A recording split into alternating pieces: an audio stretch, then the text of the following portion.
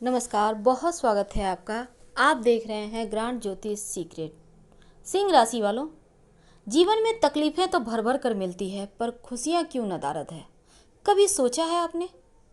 सोचते तो हर बार होंगे कि पता नहीं लगता है भगवान जैसे हमें बनाकर हमारी किस्मत को लिखना ही भूल गए। और ऐसा सिर्फ आपके साथ नहीं, लगभग सभी सिंह वालों के साथ अभी ऐसा ही हो रहा है। ऊपर से ये लॉकडाउन, जैसे लगता है जान ही ले लेगा। बहुत कष्ट, बहुत तकलीफ है। इससे बाहर निकलने के रास्ते ही नहीं दिखते। एक तरफ आगे बढ़ते हैं तो वहां भी अंधेरा, और पीछे मुड़ना चाहते हैं तो रास्ते बंद।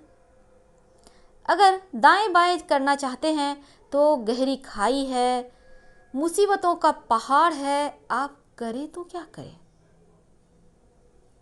तो ऐसे में इतने सारे दंड आपको क्यों मिल रहे हैं?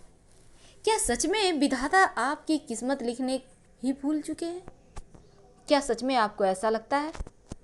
देखिए, जो हमारा, चूँकि आज हम इसके पहले बता दें आगे बढ़ने से पहले कि आज हम ज्योतिष पर आधारित कोई बातें नहीं करेंगे। आज सिर्फ हम आपको मोटिवेट करने के ख्याल से ये वीडियो लेकर आए हैं। जीवन में बहुत सारी तकलीफ़ें जब बढ़ जाती है ना, तो लगता है जैसे कुछ ऐसा सुनने को मिले कि लगे नहीं, और लोग और भी बुरी स्थिति में हैं, हम बहुत अच्छे हैं। और हमारी खासकर आपसे ये रिक्वेस्ट है, हमेशा ही अच्छा सोचें, क्योंकि ऐसी मान्यता है कि 24 घंटे में एक बार ग्रहों की कुछ फेरबदल चाल ऐसी होती है कि आपकी मन की मनोकामनाएं पूर्ण हो जाती है, बातें सच हो जाया करती है। इसीलिए हमारे यहाँ पहले के ऋषि लोग भी कहते थे कि अच्छा सोचो, अच्छा बोलो। कौन जाने कब किसकी बातें लग जाए, पूरी हो जाए। लग जाए क्या? यही बातें। अगर लोग उस समय बद्दुआ भी देंगे तो वो भी लग जाएगी, और अगर दुआ देंगे तो वो भी लग जाएगी। तो क्यों ना हम दूसरों की बातें ना कर सिर्फ अपनी बातें करें, वो भी पॉजिटिव। तो आज हम कुछ ऐसी ही बातें आपके साथ करने वाले हैं और समझते हैं आपके जीवन का हाल। तो यहाँ सिंह राशि वालों, आपके जीवन में बहुत सारी परेशानियां तो है, लेकिन उन परेशानियों से बाहर निकलने के रास्ते आज हम मोटिवेशन वीडियो के थ्रू ही बताएंगे। क्योंकि ये जो हमारा मनुष्य जन्म है ना, ये कर्मों पर आधारित जन्म है, कर्मों पर आधारित फल है। अभी आप जैसा भी बोएंगे वही आपको काटने को मिलेगा। अब आप ये मत समझिए कि लोग बहुत बुरे कर्म कर रहे हैं लेकिन आलीशान कोठियों में रहते हैं, बड़ी सी गाड़ी में घूमते हैं। क्या आपको पता है उनके अंदर कितनी तकलीफें हैं? क्या आपको पता है उनके जीवन में कितनी परेशानियां हैं? नहीं ना। इसीलिए आज हम आपको कुछ हटकर बताने वाले हैं। एक बार एक व्यक्ति बार बार भगवान से कहता, प्रभु, क्या पूरी दुनिया के कष्ट आपको देने के लिए हमें मिले थे और कोई नहीं मिला? सारी मुसीबत हमारे ही मत्थे मर दिए हो आप। अब ये बात बार बार कहता। अब प्रभु भी सोचे कि चलो देखते हैं ये इसके पास कितनी मुसीबतें हैं, कितनी मुसीबतों का पहाड़ है, कितनी गट्ठल बांध के रखा है। अब एक दिन प्रभु उसके सपने में आते हैं और कहते हैं,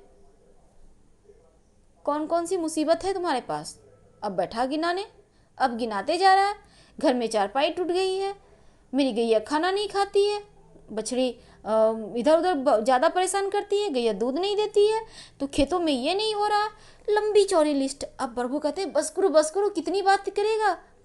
एक काम करो, सपने में ही कहते हैं, तुम्हारे पास जितनी मुसीबत है, जितनी तुम्हें लगती है जैसे सब कुछ सारी तकलीफें तुम्हारे पास है, एक गट्ठल बनाओ तकलीफों को भरकर। गट्ठल मतलब मोटली। और पीपल के पेड़ के पास चलो, वहाँ पर सब कोई अपनी अपनी मुसीबतें लेके आ रहे हैं, वहीं पर ले आना, फिर तुम्हारे मुसीबतों का हल तुम्हें मिल जाएगा। अब बड़ा खुश।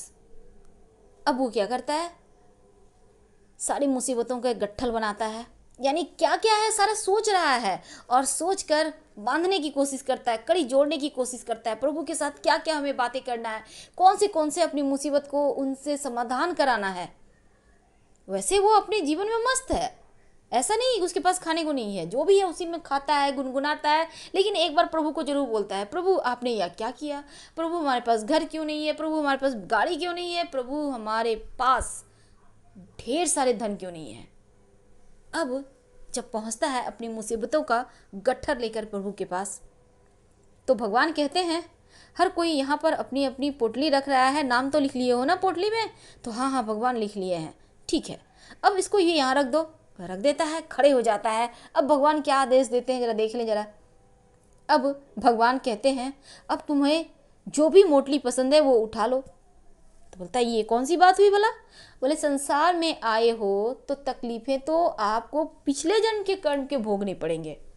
इस जन्म में तो कुछ आपको मिलना नहीं है, मिलेगा लेकिन अंत समय में।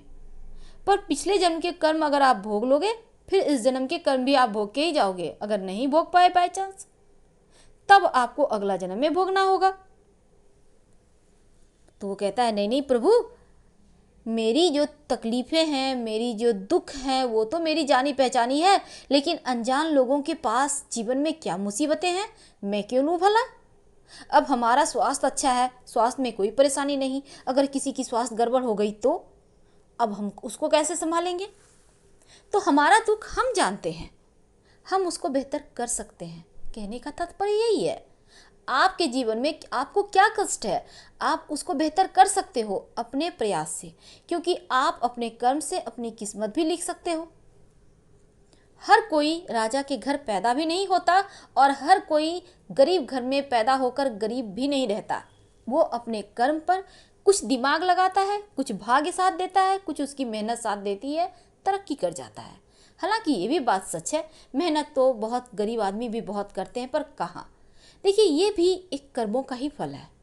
तो जो हमारे तकलीफ है वो हमारे जाने पहचाने हैं, हम उसको अपनी बुद्धिमानी से ठीक कर सकते हैं। हम उस तकलीफ को जानते हैं, इसलिए तमाम चीज़ों को बेहतर कर सकते हैं। तो क्यों ना जीवन को सकारात्मक रूप से जीने की प्रयास किया जाए।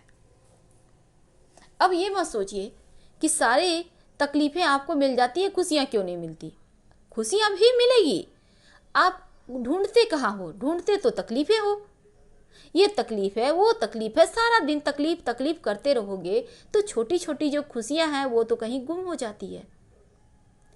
अगर आप सारा दिन अच्छी बातें सोचोगे, आप एक दिन मात्र एक दिन खुशियाँ ढूंढो ना। जो भी चीज़ आपके जीवन में अच्छी हुई है, कब आप हंसे हो उन बातों को याद कीजिए, कब आपने एंजॉय किया है लाइफ को उसको याद कीजिए, अपना बचपना याद कीजिए, अपनी जवानी याद कीजिए, स्कूल के दिन याद कीजिए, बच्चों आप अपने दोस्तों के साथ खेलते थे उसको याद कीजिए। एक दिन सारा दिन सिर्फ अच्छी बातें सोचिए और मुस्कुराइए। आप देखिएगा कितना दिल हल्का हो जाता है, कितना सुकून मिलता है। छोटी छोटी बातों में खुशियों को ढूंढेंगे ना। अब मान लेते हैं आपके बच्चे हैं, बहुत बदमाशी कर रहे हैं, लेकिन उनकी बदमाशी में भी आनंद ढूंढिए, क्योंकि जब ये बड़े हो जाएंगे ना तब फिर उन्हीं पलों को आप याद करके मुस्कुराइएगा एक बार कि बच्चे थे तो कितनी शैतानी करते थे, अभी बड़े हो गए हैं तो अपने मन के हो गए हैं, बाहर रहते हैं, मिलना कम होता है, तमाम तरह की बातें होते रहती है। आप बच्चे हो, आप विद्यार्थी हो, मानते हैं बहुत प्रेशर है पढ़ाई का, जॉब के लिए प्रयास कर रहे हो, ये कोरोना वायरस तो सबका लाइफ ही स्टॉप कर दिया है, आप बिजनेस आपका नहीं चल पा रहा है। हालांकि अभी फिर से सब कुछ ठीक हो रहा है। बहुत सारे लोग ऐसे हैं बड़े बड़े महानगरों में काम करते थे, अभी अपने गांव आ गए हैं। अब ये भी यक्ष सवाल है आगे क्या होगा। तो इनसे बाहर निकलने के रास्ते आपको मिलेंगे, क्योंकि एक बार खुद पर भरोसा कीजिए। जो व्यक्ति अपने आप पर भरोसा करता है उसे किसी के सामने झुकना नहीं पड़ता, हाथ फैलाना नहीं पड़ता। आपके अंदर ढेर सारे टैलेंट हैं, आपके अंदर ढेर सारी प्रतिभाएं छुपी हुई है। आपने अभी तक महानगरों में काम किया तो क्या किया, आप वो सोचिए। अगर कोई भी काम बार बार करते हैं, दोहराते हैं, तो उसमें आप दक्ष हो जाते हैं। तो उसी काम में अपने आप में जो खूबी है उसको बाहर निकालिए। यही खूबी आपकी ताकत बनेगी और आपका हथियार बनेगा, और यही आपको जीवन में आगे भी बढ़ाएगा। वैसे भी सिंह वाले बड़े बुद्धिमान होते हैं, दुनिया की तमाम मुसीबतों को अपने कंधे पर लेकर आगे बढ़ा देते हैं, तो इनकी मुसीबत क्या ये नहीं झेल पाएंगे? बस आपको थोड़ी से इस बात का ध्यान रखना है, एक तो आलस्य नहीं करना है और दूसरी दूसरों पर ज़रूरत से ज़्यादा भरोसा नहीं करना है। वैसे तो ये दुनिया भरोसे पर ही टिकी हुई है, अगर कोई किसी पर भरोसा नहीं करेगा तो दुनिया ही नहीं चलेगा, लेकिन ज़रूरत से ज़्यादा भरोसा करना आपके लिए सबसे बड़ी गलती होती है। अभी बहुत सारे सिंग वाले ऐसे भी हैं जो कहते हैं दोस्तों के लिए हमने लोन लिया, अब दोस्त हैं कि मुकर गए, लोन की किस्ती नहीं चुका पा रहे हैं, 10 लाख 20 लाख का कर्जा हो गया, क्या करें। सुनकर बुरा लगता है। इसलिए हम बार बार अपने दर्शकों से कहते हैं कि जीवन में हर किसी का साथ जरूरी है, लेकिन एक बार अपने बारे में भी सोचिए, क्योंकि कल आपका भी भविष्य होगा, आपके बच्चे होंगे। अभी आपके बच्चे हैं, उनका शादी ब्याह करना है, उनको पढ़ाना है, उनको लाइफ में सेटल करना है। फिलहाल पॉजिटिव सोच के साथ आगे बढ़ें। हम विदा लेंगे। हर हर महादेव।